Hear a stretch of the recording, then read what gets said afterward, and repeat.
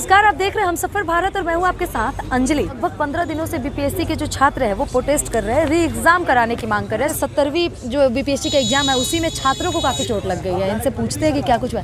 कैसे हैं भैया आप? ठीक हूँ अभी ठीक है आप? हाँ ठीक हूँ, बहुत ठीक हूँ। ठीक क्या कहूँ। अच्छा, जैसे आपको पता है कि हमारा जो आंदोलन है वो 18 दिसंबर से शुरू हुआ। 18 दिसंबर से शुरू जी, और 25 दिसंबर को भी लाठीचार्ज हुई, 29 दिसंबर को भी लाठीचार्ज हुई।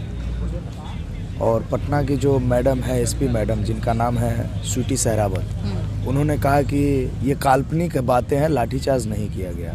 तो मैं आपके चैनल के माध्यम से कहना चाहता हूँ, मैं बार बार सभी मीडिया चैनलों से यही बताना चाहता हूँ कि मैडम चश्मा पहनती है, शायद उनके चश्मा का नंबर थोड़ा कम हो गया है। अच्छा, तो मैं उनसे आग्रह करता हूँ कि मैम, अगर आपके पास पैसे नहीं है, चूँकि आप बहुत ही ईमानदार हैं और आप पैसे उसे हो सकता है कि आप डोनेट कर देते होंगे, तो आपके पास पैसा नहीं है तो हम छात्र जो है चंदा लगा करके आपके चश्मा का नंबर बढ़ाना चाहेंगे, जिससे आपको ये नज़र आए कि लाठीचार्ज हुआ है कि नहीं, साफ साफ दिखे आपको, है कि नहीं। पुलिस वालों का कहना है कि लाठीचार्ज नहीं हुआ, लेकिन लाठीचार्ज का तो कंटिन्यू वीडियोस वायरल हो रहे हैं, आपका वीडियो वायरल हो रहा है, फिर कैसे कहा जा रहा है कि लाठीचार्ज नहीं किया गया? अच्छा, आपने वो वीडियो देखा है? जी, मैंने लाठीचार्ज का वीडियो देखा तो है। सहरावत मैडम ने नहीं देखा है, तो उनको जरा दिखाइए आप लोग कि मैडम जी हुआ है कि नहीं हुआ है।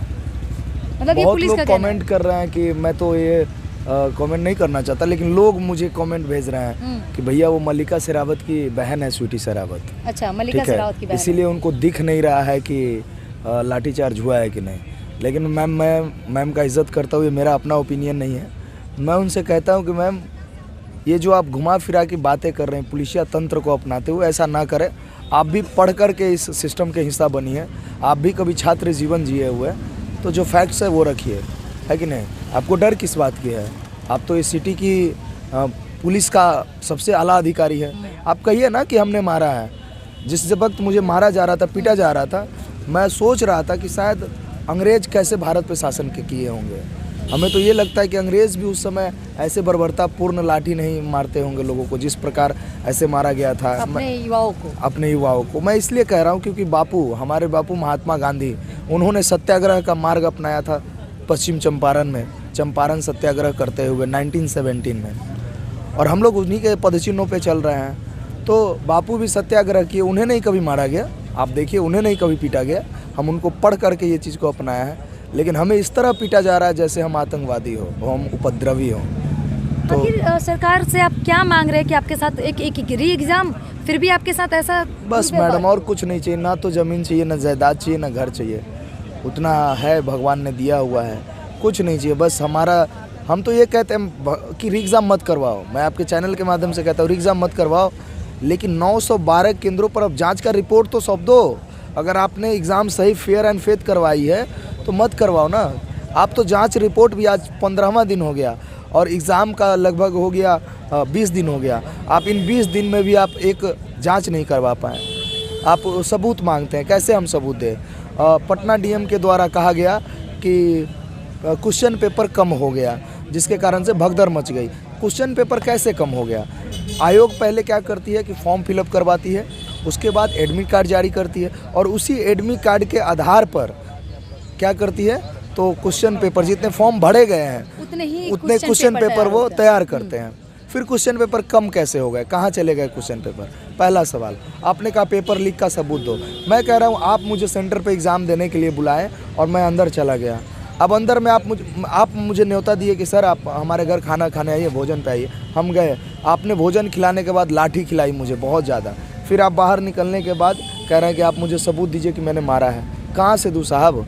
आपके तंत्र थे, कोई हम मोबाइल लेके थोड़ी गए जो हम आपको सबूत थे।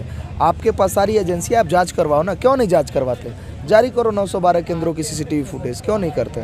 तो ये सारी सवाल है। बाकी बात जो लाठी चार्ज हुआ, इसके लिए मैंने अभी हमारा प्रथम जो है फर्स्ट प्रायोरिटी है री एग्ज़ाम। ये हो जाने के बाद हम लोग जो है कोर्ट का रुख करेंगे। सरकार तैयार ही नहीं है री एग्ज़ाम के लिए। इस दौरान आपके ही बीच के एक व्यक्ति इस दुनिया में अब नहीं रहे, सोनू, जैसा कि सारा मीडिया पर चल रहा है कि उन्होंने सुसाइड कर ली, तब भी सरकार नहीं पिघली, तो अब कैसे सरकार पिघलेगी? पिघलेगी, जैसे कि बात है हमारा, अगर वो नहीं पिघलेगी तो समय आएगा तो हम सभी आत्मदाह करेंगे। सभी लोग आत्मदाह करेंगे ना।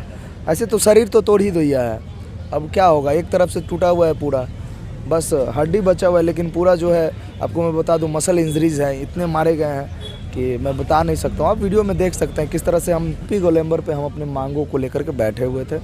फिर उनके द्वारा दलबल के साथ वो स्वीटी शेरावत जो मैम है वो आई और वाटर कैनन का प्रयोग किया। फिर उन्होंने लाठीचार्ज करवाई और सबको डिटेन करना शुरू कर दिया उन्होंने। और मैं ये बात आपको बता दूं कि सवाल जीत और हार का नहीं है, सवाल जैसे कि आपने कहा कि हमारे बीच का एक साथी जो आत्महत्या कर लिया, तो ये आत्महत्या नहीं है, ये आयोग के द्वारा और इस पुलिसिया तंत्र के द्वारा जो रवैया अपनाया गया, ये उनके द्वारा मर्डर है, प्लान मर्डर है, ये आत्महत्या नहीं है। तो ये पुलिस प्रशासन पे आप आरोप लगा रहे हैं हाँ कि मैं बिल्कुल सोनू का मर्डर किया गया। हाँ मर्डर किया गया है। अगर आयोग ससमय निर्णय लेती और बीपीएससी संवेदनहीन ना होती, संवेदनशील होती, तो आज सोनू हमारे बीच होते हैं। और आपने कहा कि री एग्ज़ाम नहीं होगा, तो मैं बता दूं हमारे गार्जियन जो है नीतीश कुमार जी है, उनसे उम्मीद है, क्योंकि कल हमारे दो डेलीगेट्स मिले चीफ सेक्रेटरी साहब से और उन्होंने एक प्रेस विज्ञप्ति भी जारी की जिसमें उन्होंने कहीं ना कहीं पॉजिटिव रिस्पांस दिया है। तो हमें लगता है कि आज कल में जो है पॉजिटिव रिस्पांस आएगा हमारे मुखिया की तरफ से। मतलब नए साल पे आप लोग यहीं पे रहने वाले हैं या अपने घर का रुख लेंगे? बिल्कुल नहीं, हम तो हाथ जोड़ करके अपने मुखिया से ये आग्रह करते हैं नीतीश कुमार जी से कि आप छात्र आंदोलन से लिखने एक नेता है, छात्रों के हित की बात करने वाले नेता है, तो साहब मौन क्यों हैं? आप चुप्पी तोड़िए और हम छात्रों के हित के बारे में सोचिए। और इस नए साल में हम आपसे कुछ नहीं मांगते हैं। समझिए कि बिहार के बच्चों जो लगभग 15 दिनों से रोड पे हैं, उनके देखिए कितने ठंड है और यहाँ मच्छर उठा के ले जाएगा जैसी स्थिति है। आप इन बच्चों को जो है गिफ्ट दे दीजिए, री एग्जाम का नोटिस दे दीजिए, बस इतना ही हम लोग चाहते हैं। का यही गिफ्ट, बस यही हमको गिफ्ट चाहिए, हाँ और कुछ नहीं। और फिर मैं बताता हूँ कि आप आइए साहब, आप आइए, आप कहिए कि हम आपसे दुश्मन नहीं है, ना तो हमारा पक्ष दुश्मन है ना विपक्ष दुश्मन है, वो सभी हमारे अभिभावक है। लेकिन हम चाहते हैं हम बच्चों के भविष्य के बारे में बात करें, हमारी बात होनी चाहिए, क्योंकि हमें आज तक सबसे बड़ी बात है कि सवाल कौन सुनेगा। ऐसा क्यों होता है कि जब कोई धरने पर बैठता है तो विपक्ष ही आता है बात करने, सत्ता पक्ष क्यों नहीं? जबकि हमने चुना किसे है? सत्ता पक्ष को चुना है, तो सत्ता पक्ष क्यों नहीं आती है बात तो करने? आप सत्ता पक्ष से सवाल क्यों नहीं करते कि हमने आपको सत्ता में बिठाया है तो आप हमारी सेवा कीजिए? मैडम ये 15 दिनों से यही हम तो बात कर रहे हैं। सबसे पहले हमने मीडिया डोमेन में हमसे इनवाइट किया गया था, सबसे पहले हमने सत्ता पक्ष को बुलाया था कि आइए हमसे बात कीजिए, हमारे सवालों को सुनिए। कोई नहीं अभी तक आया, कोई नहीं। जैसे कि मैं सुबह एक न्यूज़ चैनल में देखा कि वो कोई बीजेपी के विधायक है, उन्होंने कहा कि री एग्ज़ाम होगी, तो कहीं ना कहीं अंदर खाने ये बात तो हो रही है कि हमारी मांगे जायज़ है, तो होनी चाहिए री एग्ज़ाम। चलिए बहुत बहुत शुक्रिया आपका।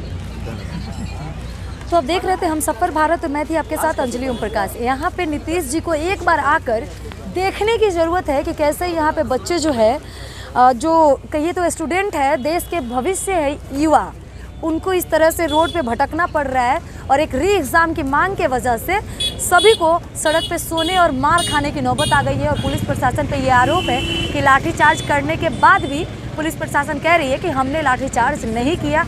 और ये लोग जो है पुलिस प्रशासन को चश्मे के नंबर बढ़ाने के लिए कह रहे हैं। वीडियो ज़्यादा से ज़्यादा शेयर कीजिए ताकि सरकार इस पे एक्शन ले और जल्दी से जल्दी री एग्ज़ाम हो। जय हिंद, जय बिहार।